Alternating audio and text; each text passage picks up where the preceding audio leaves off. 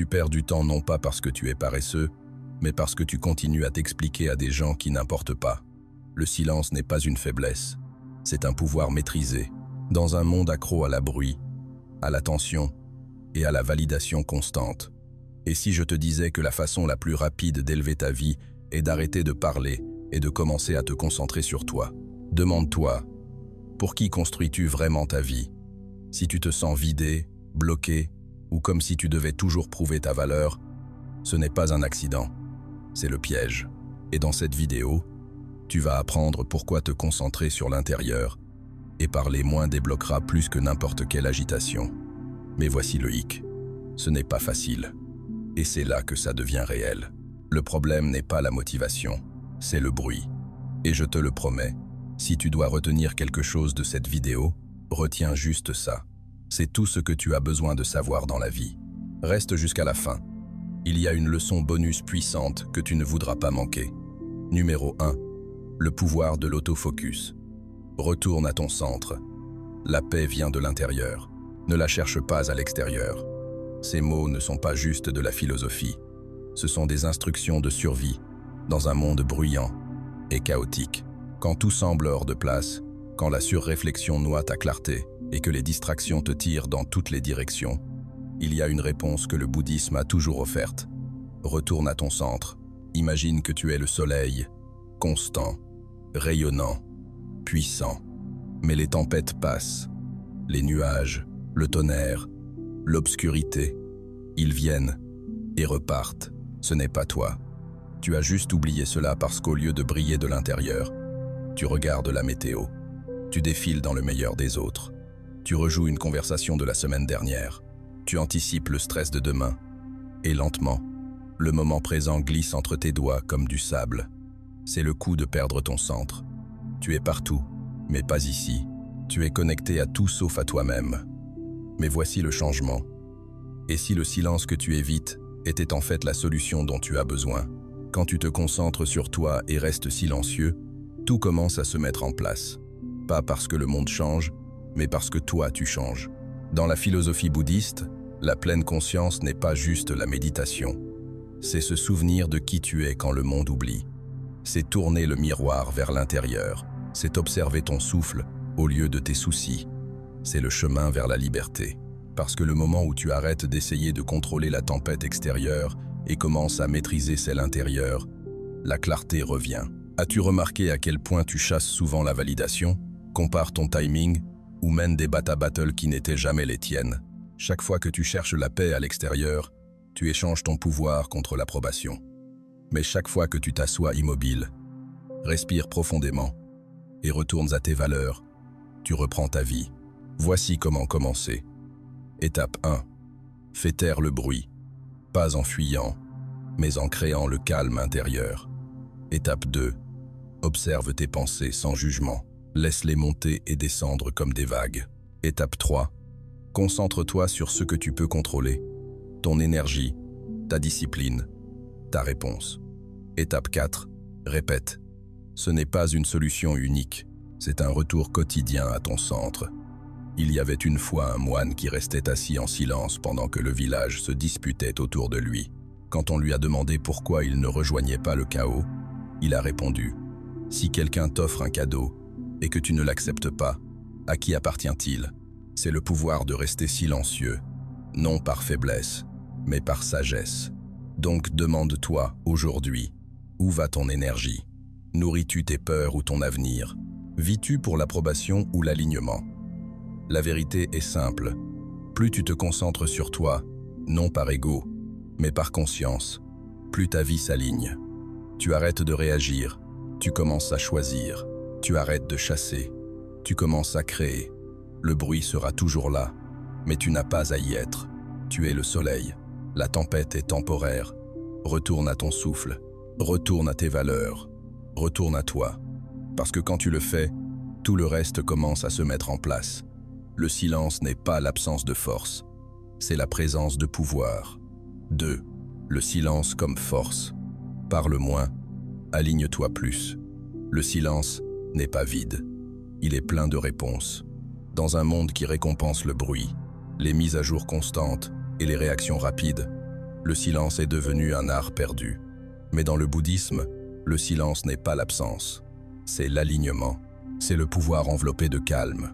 Comme un lac calme qui reflète le ciel avec une clarté parfaite, l'esprit ne devient vraiment perceptif que lorsqu'il est immobile. Pense-y. Combien de fois parlons-nous juste pour combler le vide, pour nous défendre, pour prouver que nous avons raison? Mais chaque mot que tu libères dépense ton énergie. Et dans cette hâte de répondre, tu perds souvent quelque chose de plus précieux, ta paix. C'est pourquoi, dans les moments de chaos, la chose la plus forte que tu puisses faire est de faire une pause. Il y a une histoire d'un maître zen qui restait silencieux même quand on le provoquait, l'insultait ou le comprenait mal. Quand on lui a demandé pourquoi, il a simplement dit « Je choisis la paix » plutôt que de prouver. Ce genre de retenue n'est pas une faiblesse, c'est la sagesse. Parce que tout n'a pas besoin d'une réaction. Toute opinion n'a pas besoin d'une réponse. Parfois, la force la plus profonde réside dans ce que tu choisis de ne pas dire. As-tu déjà quitté une conversation en regrettant d'avoir dit trop? Ou peu? Être resté éveillé la nuit à rejouer des mots que tu regrettes? Tu n'es pas seul. Mais voici le changement. Et si le silence était ton super pouvoir? Et si le moment où tu te retenais devenait le moment où tu reprenais le contrôle? Quand tu parles moins, tu écoutes plus. Pas juste les autres, mais toi. Tes intentions deviennent plus claires, tes pensées plus affûtées. Tu arrêtes de diffuser du bruit et tu commences à projeter de la présence. Et la présence est magnétique. Les gens font confiance à ceux qui sont calmes sous pression, qui ne fléchissent pas dans le chaos, qui n'ont pas besoin d'être la voix la plus forte dans la pièce, parce que leur silence dit assez. Voici comment commencer à t'aligner par le silence. Étape 1. Avant de parler, fais une pause. Demande « Cela doit-il être dit ?» et ajoutera-t-il de la paix ou du bruit. Étape 2. Pratique l'écoute complète, pas juste attendre ton tour de répondre. Étape 3. Utilise le silence comme filtre. Laisse les émotions se poser avant de choisir ta réaction. Étape 4. Réfléchis souvent. Qu'est-ce que le silence t'a appris aujourd'hui? Un jour, tu réaliseras que les moments où tu n'as pas réagi ont protégé ton énergie. Les mots que tu n'as pas dits ont préservé tes relations. Le silence que tu as embrassé t'a aidé à voir clair, à choisir sagement et à vivre plus intentionnellement. Donc, laisse-moi te demander, quand la dernière fois ton silence a dit plus que tes mots, retenir ta réaction pourrait-il devenir ton plus grand acte de self-control? Tu n'as pas à t'expliquer pour être compris. Tu n'as pas à réagir pour être puissant. La vraie maîtrise se trouve non dans la domination, mais dans la discipline. Non d'en parler souvent, mais d'en parler sagement. Dans un monde bruyant, le silence est une rébellion. C'est comment tu t'élèves au-dessus du chaos. C'est comment tu reprends ta paix. Parfois, le message le plus fort est celui que tu ne prononces jamais. 3. Détachement de la négativité. Deviens intouchable. Tu ne perds que ce à quoi tu t'accroches. Ces mots de la sagesse bouddhiste frappent plus profondément que la plupart ne le réalisent. Parce que chaque fois que tu t'accroches à la négativité, une insulte, un échec, un souvenir, tu invites la souffrance dans ta vie. Mais, et si tu n'avais pas à le faire? Et si au lieu de réagir, tu laissais simplement aller? Imagine le ciel, vaste, ouvert, intact. Peu importe combien de tempêtes passent, le ciel reste. C'est ton esprit, ou du moins il peut l'être. Dans un monde qui prospère sur la réaction, devenir intouchable n'est pas devenir froid, c'est devenir clair. Imagine marcher dans la vie avec un esprit comme le ciel. Les pensées passent, les opinions viennent et repartent. La critique dérive, mais ne prend jamais racine. Tu observes, tu apprends, mais tu ne t'accroches pas. Ce n'est pas une faiblesse, c'est la maîtrise. Trop souvent, nous portons les projections des autres comme les nôtres. Quelqu'un te juge et tu portes cette douleur. Quelqu'un doute de toi et tu rapetisses. Mais voici la vérité. Toute voix ne mérite pas ton attention. Ce n'est pas parce que c'est fort que c'est vrai. Le détachement, c'est choisir ta paix plutôt que leur bruit. C'est réaliser que tu n'es pas chaque pensée, chaque émotion ou chaque réaction qui passe en toi. As-tu déjà remarqué à quel point tu te sens vidé après t'être accroché au ressentiment, rejouer un argument ou chercher la validation de quelqu'un qui ne comprend pas ton chemin? Cette exhaustion n'est pas de la situation, c'est de ton attachement à elle. Combien de fois absorbes-tu ce que tu devrais ignorer? Voici comment commencer à protéger ton espace intérieur. Étape 1. Reconnais le déclencheur. Remarque quand quelque chose extérieur tire ta paix. Étape 2. Fais une pause avant de réagir. Ressens l'émotion, mais ne deviens pas elle. Étape 3. Demande-toi. Cela mérite-t-il une place dans mon esprit? Étape 4. Laisse-le passer. Visualise-le comme un nuage dérivant dans le ciel. Tu es le ciel, pas la tempête. Il y a une histoire d'un moine insulté par un voyageur. Le moine a simplement souri. Quand on lui a demandé plus tard pourquoi il n'a pas répondu, il a dit « Si quelqu'un te tend un cadeau et que tu ne l'acceptes pas, à qui appartient-il » C'est l'essence du détachement. Ce n'est pas passif, c'est puissamment actif. C'est toi qui choisis la paix plutôt que la douleur, le silence plutôt que la lutte, la clarté plutôt que la confusion. Le détachement ne signifie pas que tu ne t'en soucies pas. Cela signifie que tu t'en soucies profondément pour ce qui compte vraiment. Ta croissance, ton état d'esprit, ton énergie. Et quand tu arrêtes d'essayer de contrôler chaque opinion, de changer chaque critique et d'expliquer chaque action, tu deviens intouchable, non par force, mais par liberté. Donc laisse-moi te demander, et si ne pas réagir était ta liberté ultime, à quoi ressemblerait ta vie si tu arrêtais de t'accrocher au bruit et commençais à protéger ta paix? Dans un monde accro au conflit, ton calme est une rébellion. Laisse les tempêtes passer, laisse le bruit s'estomper. Choisis de ne pas absorber, et tu t'élèves. Moins tu t'accroches, plus tu t'élèves. 4. La discipline est divine. Crée ta structure intérieure. Un esprit discipliné apporte le bonheur. Pas un jour, pas quand la vie sera plus facile, mais maintenant, parce que la discipline n'est pas une restriction. C'est la liberté par la structure. Dans un monde qui demande constamment ton attention, ton temps et ton énergie, la discipline est comment tu reprends tout. Pense à un bambou. Pendant des années, il pousse des racines sous terre. Rien de visible, aucun progrès extérieur. Mais ensuite, presque du jour au lendemain, il pousse plus haut que la plupart des arbres. C'est le pouvoir de la structure intérieure, l'effort invisible, la croissance silencieuse, la transformation explosive. Dans le bouddhisme, la discipline n'est pas une punition, c'est l'alignement. C'est une dévotion sacrée à ton soi le plus élevé, même quand personne ne regarde. Surtout alors, parce que la vérité est que, quand le monde est chaotique, tes habitudes deviennent ton abri. Quand les émotions montent, la routine devient ta boussole. La discipline fait taire le chaos, non en le supprimant, mais en s'élevant au-dessus. Tu n'attends pas de te sentir prêt. Tu entraînes ton esprit à se présenter peu importe comment il se sent. Combien de jours as-tu attendu la motivation, attendu de te sentir d'attaque? Et combien en perdras-tu encore si tu ne construis pas la discipline pour commencer?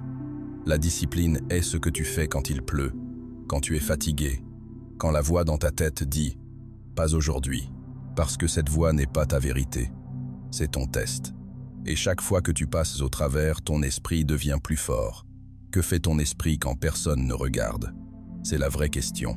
Il est facile de performer quand les autres te voient, mais la croissance vit dans les répétitions silencieuses, les matins tôt, les méditations quotidiennes, les moments où tu choisis ton souffle plutôt que ta colère, ton journal plutôt que ton écran, ton but plutôt que tes impulsions. Voici comment construire une structure sacrée à l'intérieur. Étape 1. Crée de petits rituels qui s'alignent avec tes valeurs. Ne te surcharge pas. Commence par 1. Étape 2. Répète-le quotidiennement. Peu importe ton humeur. La discipline n'a pas besoin d'enthousiasme. Elle a besoin de constance. Étape 3. Suis comment cela change ton énergie. Quand la paix devient ta récompense, la motivation devient inutile. Étape 4. Affine. Pas parfait. La discipline n'est pas faire tout. C'est faire ce qui compte le plus, constamment. Il y a une histoire d'un moine qui balayait le même jardin chaque matin, même quand il n'y avait pas de vent. Quand on lui a demandé pourquoi, il a dit « Ce n'est pas pour les feuilles, c'est pour l'esprit que j'apporte à la tâche. C'est ce qu'est vraiment la self-discipline. Ce n'est pas juste ce que tu fais, c'est qui tu deviens en le faisant. Donc demande-toi aujourd'hui, à quoi ressemblerait ta vie si tes actions s'alignaient avec tes valeurs, si tu honorais ta paix avec discipline plutôt que d'attendre la motivation. Concentre-toi sur toi. construit en silence. Présente-toi quotidiennement parce qu'un jour, comme ce bambou, tout cet effort invisible s'élèvera et sera incontestable. La discipline est la force silencieuse qui construit la vie dont tu rêves. 5. Lâche les gens toxiques. Protège ta paix. Si tu allumes une lampe pour quelqu'un d'autre, elle éclairera aussi ton chemin, mais pas s'il continue à l'éteindre. Parfois, l'acte le plus courageux d'amour de soi est de t'éloigner, non par colère, mais par sagesse. Tu ne peux pas grandir dans le même environnement qui a étouffé ton esprit. Tu ne peux pas guérir dans la même pièce où ta paix a été brisée. Et pourtant, beaucoup d'entre nous restent en espérant que notre lumière changera les gens qui l'atténuent. Mais demande-toi, nourris-tu ton esprit ou te remets-tu constamment des drains d'énergie? Le bouddhisme enseigne la compassion pour tous les êtres, mais jamais au coût de l'auto-négligence. Tu n'es pas censé porter le poids des relations toxiques comme mesure de ta gentillesse.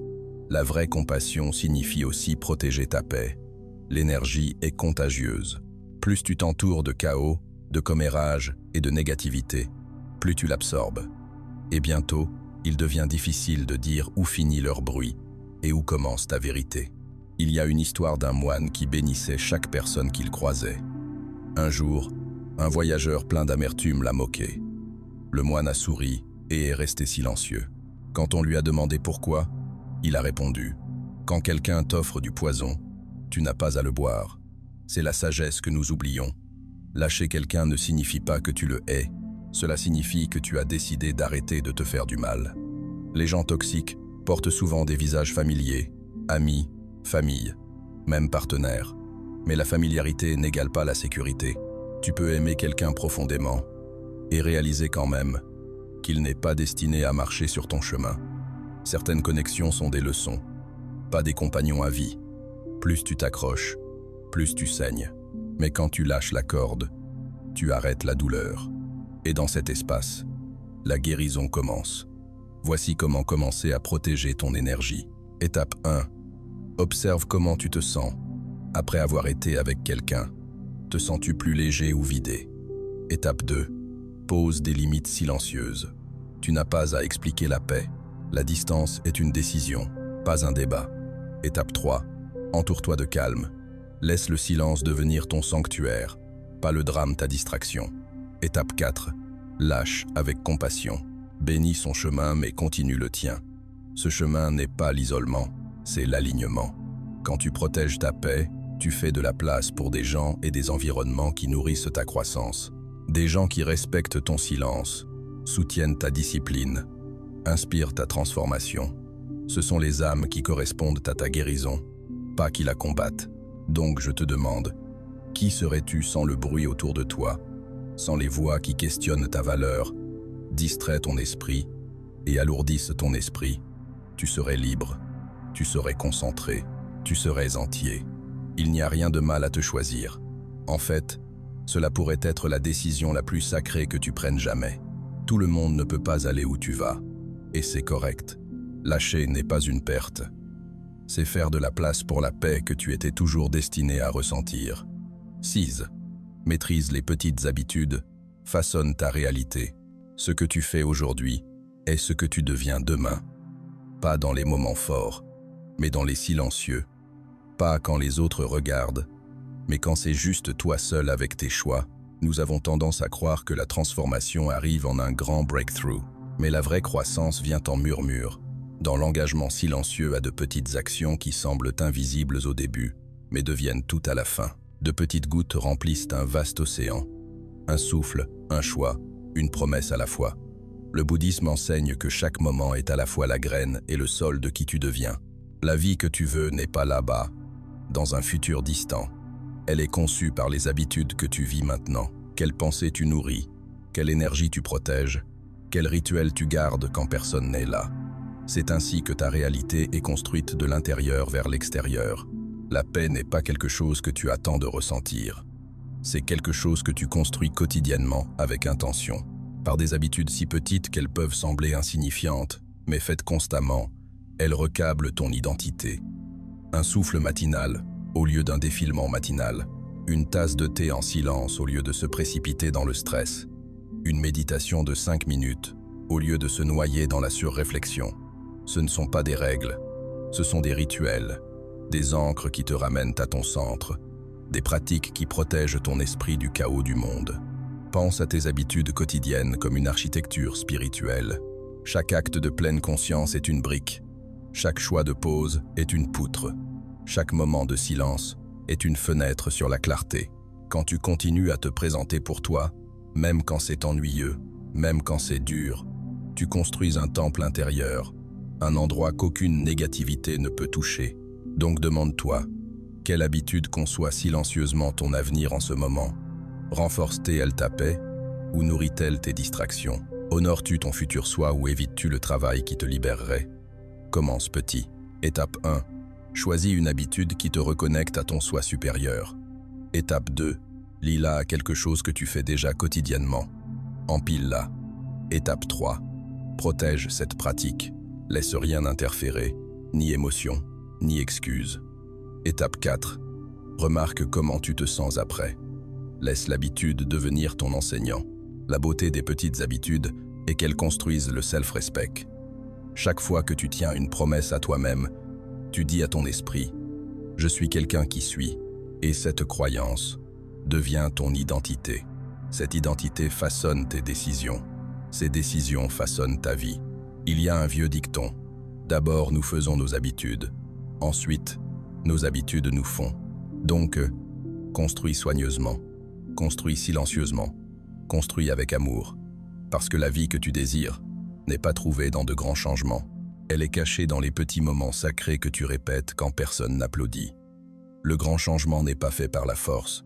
Il est façonné par une dévotion quotidienne silencieuse à qui tu deviens.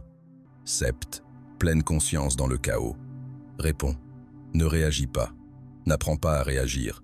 Apprends à répondre. Au milieu du chaos, la plupart des gens se font emporter. Un mot dur, un événement inattendu, une vague d'inconfort, et soudain ils sont pris dans une tempête de réactions. Mais imagine être le calme dans cette tempête. Imagine être si ancré en toi que peu importe ce qui frappe, tu plies, tu oscilles, mais tu ne romps pas, comme l'arbre le plus fort qui survit à la tempête, non en combattant le vent, mais en coulant avec lui, ancré profondément sous la surface. C'est l'art de la pleine conscience dans le chaos. Le bouddhisme nous enseigne que la souffrance ne vient pas de ce qui arrive. Elle vient de comment nous réagissons. L'esprit non entraîné saute pour défendre, blâmer, paniquer. Mais un esprit entraîné dans la présence fait une pause. Et dans cette pause réside le pouvoir. Cette pause est où la paix commence. Pense à la dernière fois où tu as surréagi. A-t-elle arrangé quelque chose ou multiplié la douleur? Les réactions viennent de l'ego. Rapides, émotionnelles et défensives. Mais les réponses, elles viennent de la sagesse, du souffle que tu as pris avant de parler, de la conscience que tu as choisie avant de décider, du calme que tu as cultivé avant que le monde puisse te secouer. Il y a une vérité simple. Ton souffle est ton encre. Peu importe à quel point le moment est chaotique, tu as toujours ce souffle. C'est la porte de retour à la clarté, une profonde inspiration avant de répondre au message, une expiration calme avant de répondre en colère, un moment de calme avant d'agir. C'est ainsi que tu entraînes ton esprit à répondre, pas à réagir. Intégrons cela dans ta vie quotidienne. Étape 1. Commence à remarquer tes déclencheurs. Quelle personne, moment ou pensée causent une réaction instantanée. Étape 2. Interromps ce schéma avec le souffle. Juste 5 secondes. Inspire, expire. Étape 3. Demande-toi, cette réaction apportera-t-elle la paix ou prolongera-t-elle la douleur? Étape 4. Pratique quotidiennement, même dans de petites annoyances. Construis ton muscle de réponse. Ce ne sera pas toujours facile, mais la pleine conscience n'est pas la perfection, c'est l'intention. Chaque fois que tu te rattrapes avant de réagir, tu reprends ton pouvoir. Tu arrêtes d'être une victime de l'émotion et commences à devenir le maître de ton énergie. Avec le temps, les gens ressentiront ton calme. Ton silence parlera plus fort que n'importe quelle réaction. Et ta présence, calme, ancrée, inébranlable, commencera à décaler le chaos autour de toi. Demande-toi ceci.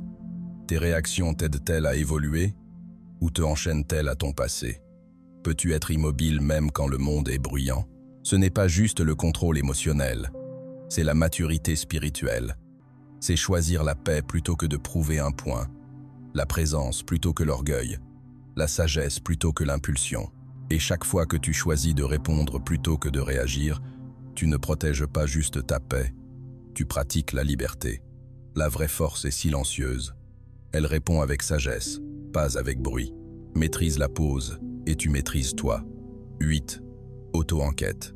Connais ton monde intérieur. Connais bien ce qui te fait avancer et ce qui te retient. La plupart des gens traversent la vie en réagissant, ajustant, survivant, rarement en faisant une pause pour comprendre ce qui se passe vraiment à l'intérieur. Mais le bouddhisme nous enseigne que si l'esprit est la lentille par laquelle nous voyons le monde, alors la conscience de soi est l'acte de nettoyer cette lentille. Tu ne peux pas réparer ce que tu ne vois pas. Tu ne peux pas grandir au-delà de ce que tu n'admets pas. Une maison ne peut être nettoyée que quand les lumières sont allumées. L'auto-enquête est la torche. Ce n'est pas bruyant, pas glamour. C'est inconfortable, même douloureux parfois.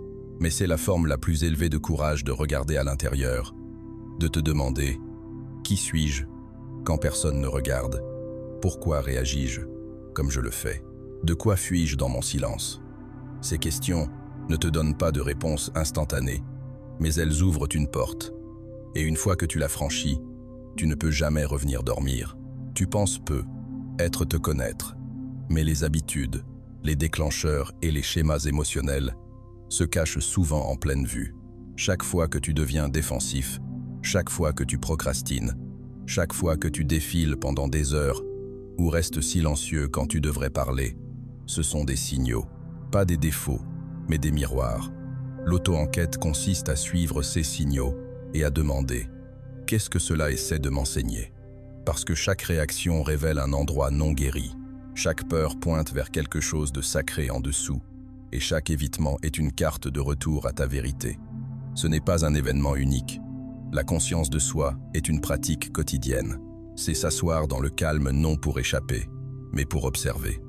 Observe tes pensées sans jugement. Regarde les histoires que tu te racontes. Trace les racines de tes croyances, pas pour te punir mais pour enfin te comprendre. Et dans cette compréhension vient la liberté. Donc où commences-tu? Étape 1.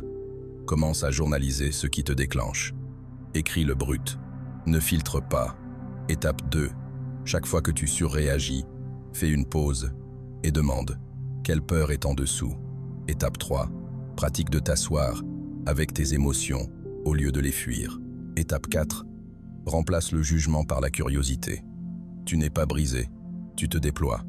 Il est plus facile de regarder à l'extérieur, blâmer, distraire, surpenser.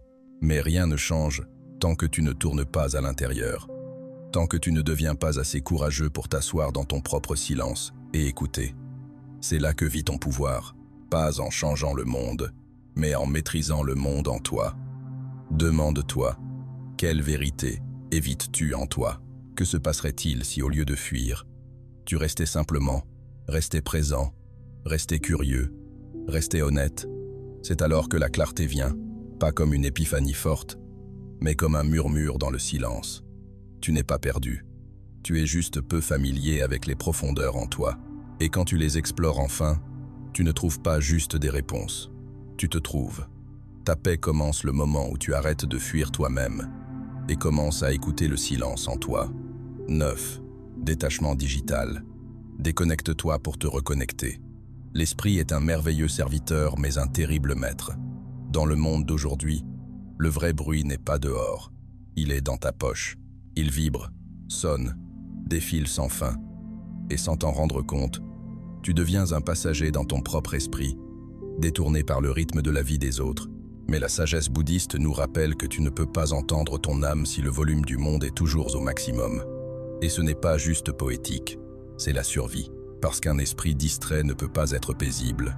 Chaque fois que tu te réveilles et vérifies ton téléphone, avant de vérifier avec toi-même, tu enseignes à ton cerveau que le chaos extérieur mérite ton attention avant ta clarté intérieure. Et cette habitude, innocente au début, grandit en quelque chose de dangereux.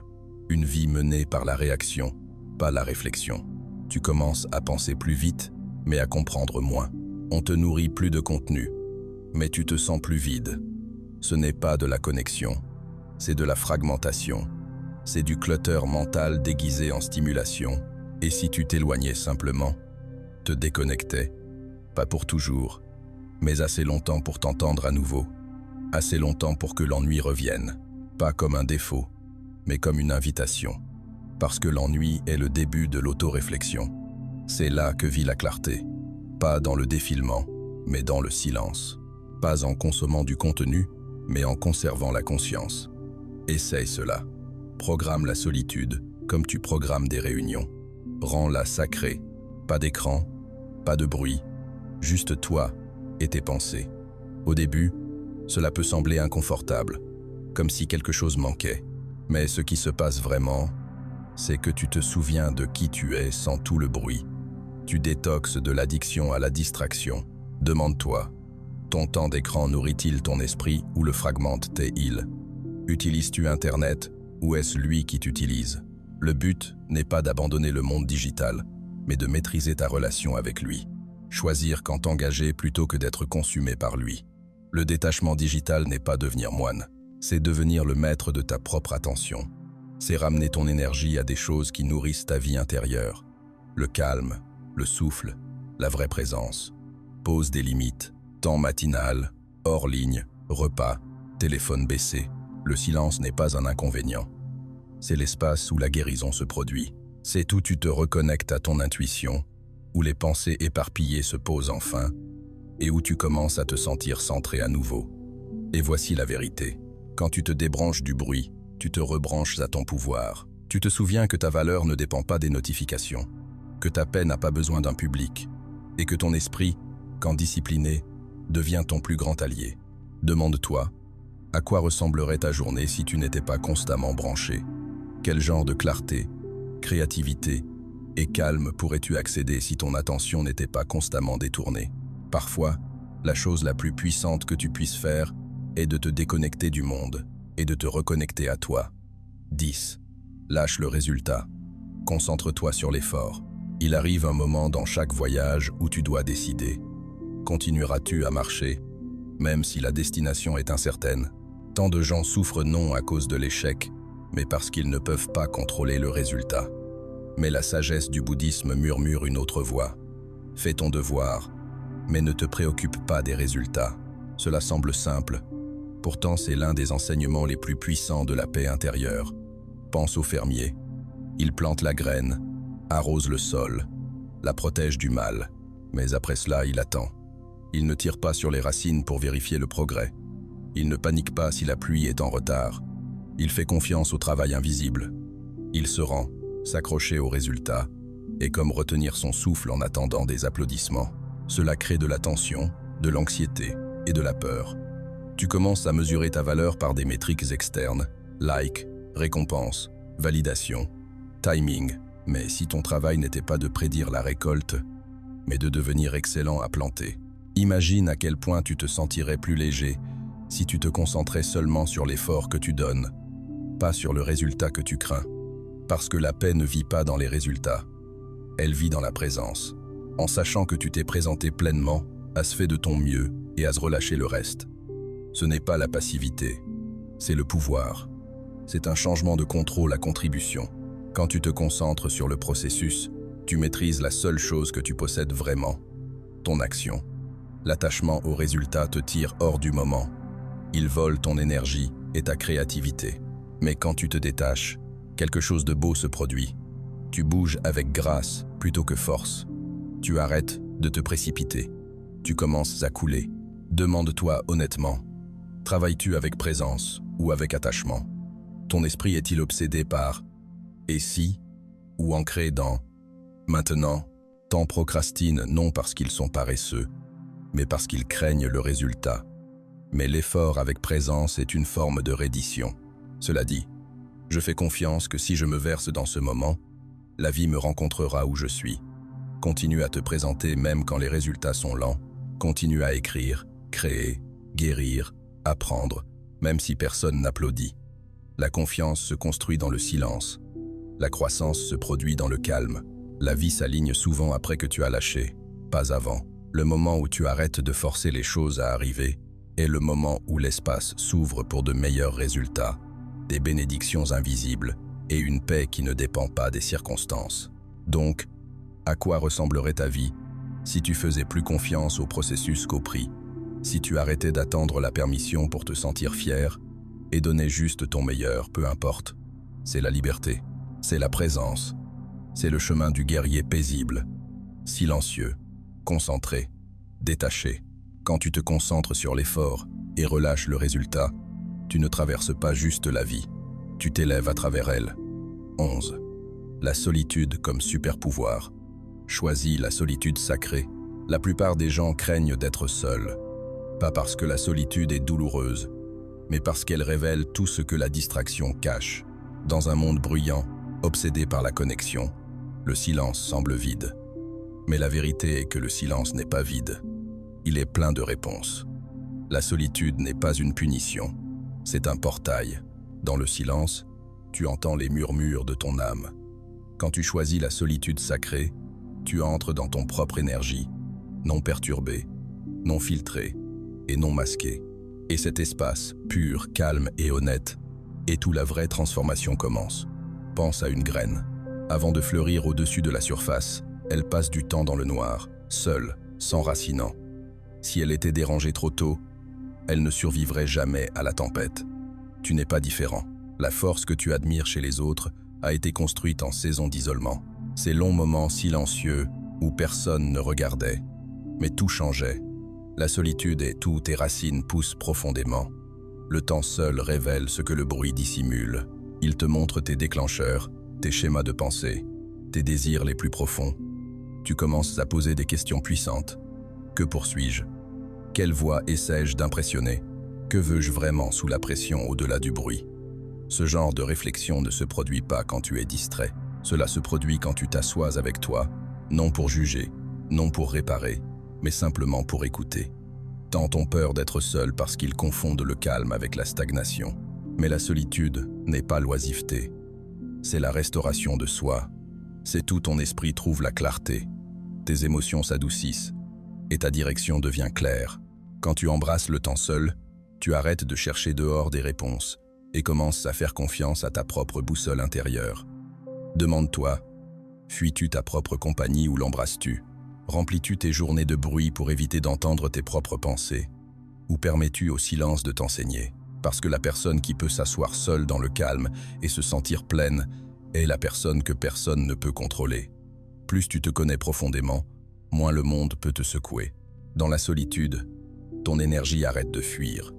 Tu n'es plus en train de réagir, performer ou comparer. Tu es juste. Et dans cet être, tu te souviens de ta force. Tu te reconnectes à ton souffle. Tu commences à réaliser « Je suis assez ». Même ici, surtout ici, c'est dans ce moment que ton pouvoir revient non en faisant plus, mais en ayant besoin de moins. Si tu as été submergé, éparpillé ou bloqué, être n'as-tu pas besoin de plus de conseils? Être, as-tu besoin de moins de bruit, moins de validation externe, moins de comparaison? Être que ton prochain breakthrough viendra non en faisant plus, mais en étant seul assez longtemps pour entendre ce que ton âme essaie de dire. La solitude n'est pas la solitude, c'est l'espace sacré. Et quand tu te choisis dans le silence, tout ce qui était perdu dans le bruit commence à revenir. Principe bonus, transcende la surréflexion. Sois le témoin des pensées.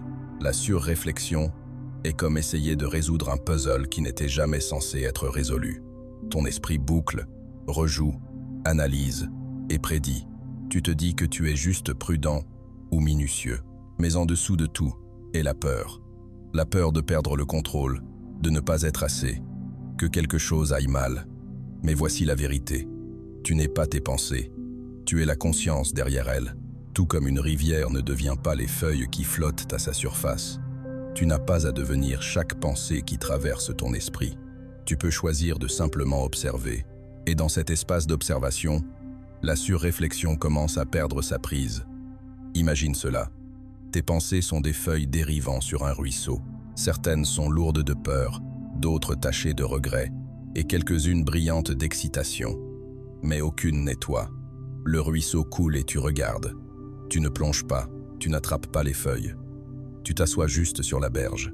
C'est la pleine conscience. C'est la présence. Et c'est le début de ta liberté.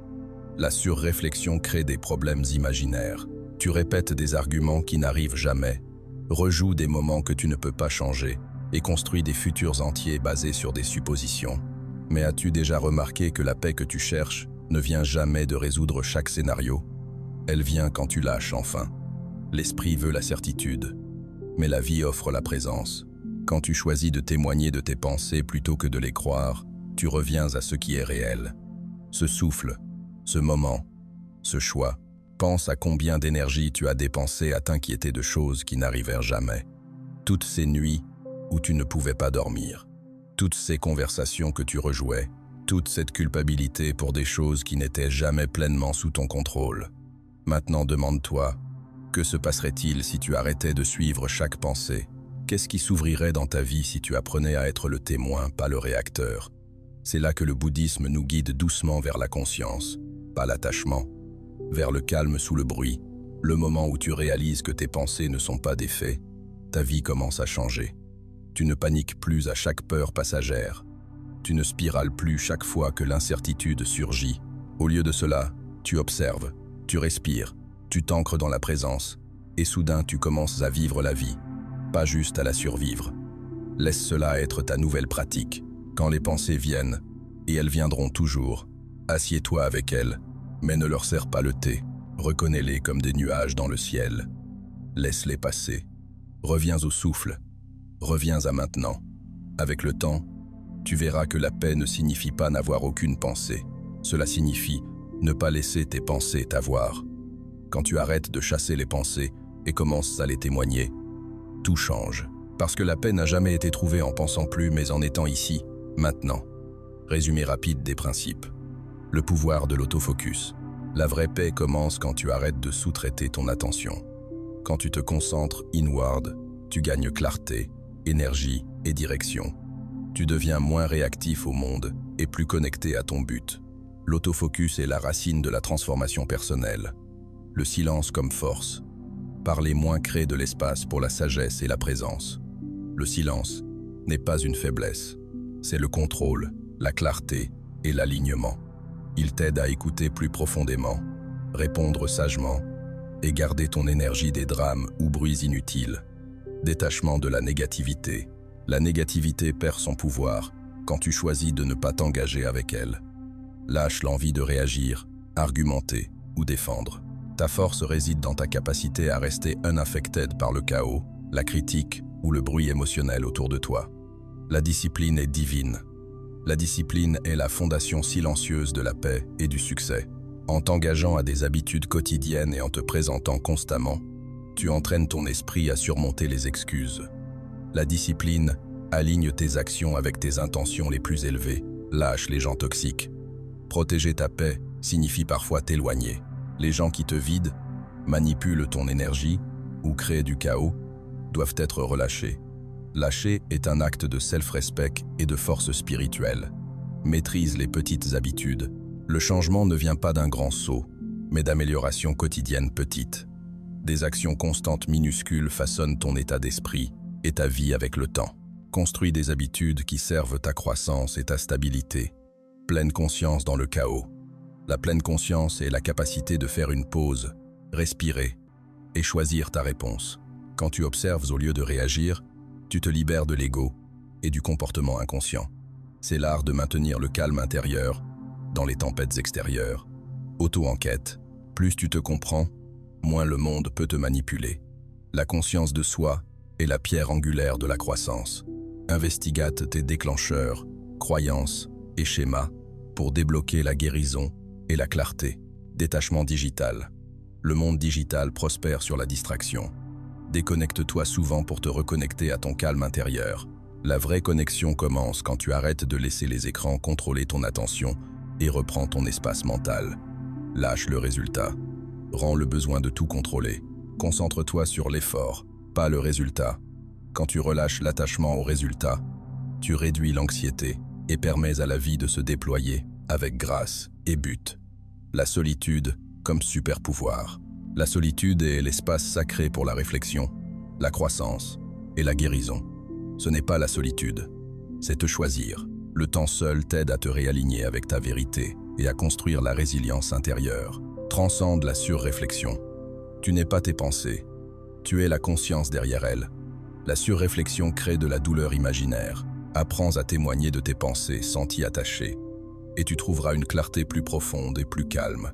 Dans un monde qui tire constamment ton attention dans toutes les directions, la plus grande révolution est de reclaim ton focus. Tu n'es pas ici pour être consumé par les distractions, le drame ou le bruit. Tu es ici pour t'éveiller. Quand tu te concentres sur toi, quand tu restes silencieux et t'alignes avec tes valeurs, tu arrêtes de chasser et commences à attirer. Nous pensons souvent que le contrôle vient de gérer tout autour de nous. Mais le vrai pouvoir réside en gérant ce qui est en nous. Tes pensées, tes réponses, ton temps et ton énergie. Comme l'enseigne la philosophie zen, quand l'esprit est calme, la vérité a une chance de parler. Plus tu fais taire le monde extérieur, plus ta voix intérieure devient ton guide. Lâche le besoin d'être compris par tous. Lâche l'urgence de t'expliquer, te prouver ou réagir. Tu n'as pas besoin de prouver ta valeur. Tu as seulement besoin de la vivre.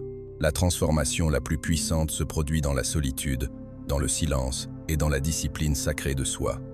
Prends le contrôle en tournant inward. Nettoie ta maison intérieure. Construis des habitudes qui soutiennent ta paix. Parle moins, pense profondément et agis avec intention. Ce n'est pas juste la croissance personnelle, c'est la liberté spirituelle. Tu n'es pas ici pour survivre au chaos de la vie. Tu es ici pour t'élever au-dessus. Tu n'es pas une goutte dans l'océan. Tu es l'océan entier dans une goutte.